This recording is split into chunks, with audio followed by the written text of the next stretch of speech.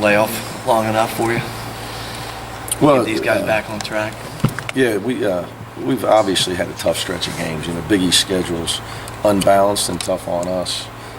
That's the way it shakes out, and we had a long stretch of grinding games. I think that emptied our gas tank. So we've used this week to try to get the guys rejuvenated, mentally, physically, spiritually. I don't know how to do that, but any way we could get the guys back to smiling, having fun, making sure that Saturday at 2 we're ready to give tremendous effort. That's going to be our biggest focus. Is the scoring more a confident thing or lack of focus, or both? Well, here's what I'll say. Any question regarding basketball, what I would appreciate is anybody that comes to the game Saturday, do what I'm asking my team to do. Worry about defense and rebounding and help our guys have great energy and great focus. That's the key to winning games. If you want to ask me about X's and O's, I think you can turn on any television and see that every game is a low-scoring game in college basketball 90% of the time. We got to have great energy. When we have great energy and high deflections, and we're a swarming defensive team, we're at our best. And that's when you get lost in the game, so to speak, and you have a better chance to play well offensively. Those are the type of players we have. We need to be on the attack on both ends. Obviously, production is a big thing, but I think our guys are going to produce more. The harder we play, the more we're swarming on the defensive end. So that's our focus, and that takes energy and effort, and guys being healthy, and our bench is going to have to contribute. But that's our focus. So if you're coming Saturday, please help me. We need to make sure our guys are worried about one thing: defense. Can't control whether shots go in. I can tell you this: most teams make 1 out of 2. On a bad night, you make 1 out of 3. But you can control your effort, your energy, and your hustle. And that's what we got to make sure that we do. And we don't need to have a nervous breakdown, or the crowd to have a nervous breakdown anytime we miss a shot. That's not going to help the situation. We need to stay focused on the defensive end of the floor, and our energy and our hustle and our cheering for each other and our attitude. What about playing UConn again so soon after that crushing defeat overtime? Talking about us or our defeat or their defeat? Your defeat. I didn't know if you were referring to last night, their game. No, I was referring to yours, your overtime. We've done it before, playing Georgetown. Usually it's Georgetown. We seem to play back-to-back quite a bit. It really doesn't matter. I don't see it has any bearing in the game, other than you don't have to spend as much time with the players on personnel because it's fresh in their minds. Mm-hmm. Would you expect a similar game then? No. When you say similar, it's a completely different game. So, the different kids make shots. I would expect a typical Big East game, which is always a hard-fought battle, especially against a really good team. They have a really good team. You felt like you played pretty well against them until the last 4 minutes in the overtime, right? I mean, you liked a lot of the things you did. Well, we're up 6 with 3 minutes to play. Yeah. So we did a lot of really good things. We held them to 10 points in the first 16 minutes of the second half on their home court. And that's a team that's an NCAA tournament team, albeit they can't go this year. So we did a lot of really good things. But that's life at the high level. Yeah. And like you said, your shot selection was better in that game too, at least the first half. Until a couple of ill-advised ones late. Yeah. The importance of building that resume here down the stretch here. We're worried about beating UConn. That's it. That's all I want my guys. I don't even want my guys worried about the scoreboard. I want them worried about their effort, their energy, their hustle, their togetherness. The only board I want them worried about is our deflection board. I don't want them worried about things beyond their control. I want them to control their effort, their attitude, their hustle, their togetherness. And at the end of the day, I think if we can just stay focused on that, we'll be all right. Have you been able to tell that in practice the last couple of days they have eased up a little bit mentally?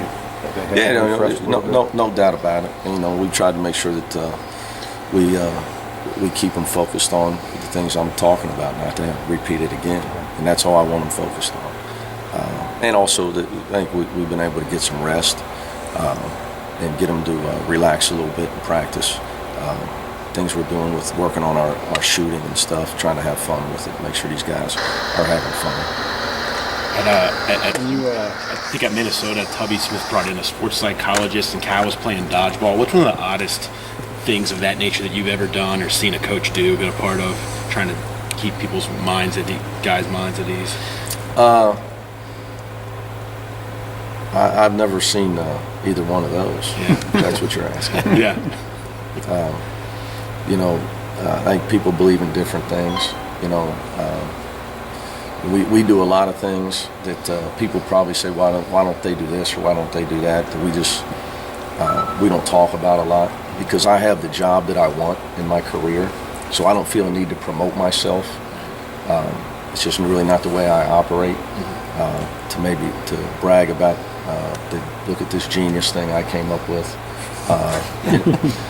to do in practice.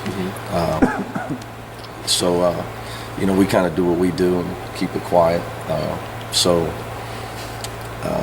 I don't know. I haven't seen any. I'd have liked to seen dodgeball when I in '97. With Danny Fortson with a chance to throw the ball at Hugs. That would have been interesting. I'd have made sure that I was on Fortson's team. How much more do you concern yourself at this time of the year with just keeping guys mentally straight than you do with X's and O's? Is that much more of what's on your plate at this point in time? Yeah, I think probably with a lot of people. But obviously there's things that we try to do that teams are doing to us to try to eliminate maybe SK getting open shots. And you keep trying to do things and teams. But if teams do, if they commit to just leaving the screener every time you set a screen or denying him all over the floor, you got to try to get the game sped up so they can't really implement their scouting report, where he can get lost in the transition of the game, where he could be more of a scorer for us at times. But a lot of it is staying mentally fresh, no doubt about it. And in this day and age, with obviously with our recent struggles, it's just the guys need to understand. Even if you win 5 out of 6, I mean, I know that that'd be a lot more fun. But at the end of the day, you got to get to March. You don't get to carry wins with you when you do get there. At college basketball, you got to get to March. You don't get to carry wins with you. So even if you do win 5 out of 6, it doesn't affect your. If you go on and lose the next couple and not get knocked out in the first round, and look at what happened to Missouri last year. It's an interesting world, college basketball. Speaking of Mars, can I ask you about the threads, the new uniforms, the postseason? Your take on Have you them? seen them yet? Where they're They had them online. Oh, they're online.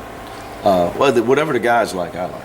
So, whatever the players like. I know the one thing about them, they're extremely light. Adidas is really on the cutting edge on the uniform piece. Obviously, the brightness is interesting. I'm very happy that they're white and black. We got rid of the gray. That was my request to Adidas, and they came through with that for us. But they've been huge in their support of us. And whatever's fun for the young kids, they have fun with. I think that's what people got to realize too. Doesn't it give them an edge, like a little bit? You think, for mentally, they get excited to put the uniforms on. Because last year the uniforms came out and hit a great run, and the players liked them. They didn't want to take them off. Hey, I'm sure Adidas would love you to endorse it. What was that? It was Michael Jordan. It's the shoes. Yeah. Yep. Maybe hopefully it's the uniforms. Although we won't wear those to the Big East tournament. You won't wear them in the Big East tournament? We won't wear those until Until the Big East tournament. I believe. Yeah. I would check. That's what you did last year. Yeah. I think that's the request, for all the teams. Players today seem to like those non-traditional, bright, flashy uniforms, don't they? They like anything new. They're like my daughter, who's got 8,000 toys and still has unopened Christmas presents. And every time the commercial comes on, she wants that. So anything new.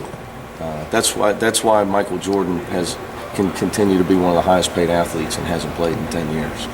Because every time he comes out with a new shoe, everybody wants it. It's an interesting phenomenon that the whole uniform shoe thing with young people, having something new that nobody else has. But I will tell you, they do like them because of their light. They're extremely light and comfortable on the guys. But it is interesting because I'm sure the traditionalists out there are really, really struggling looking at those uniforms.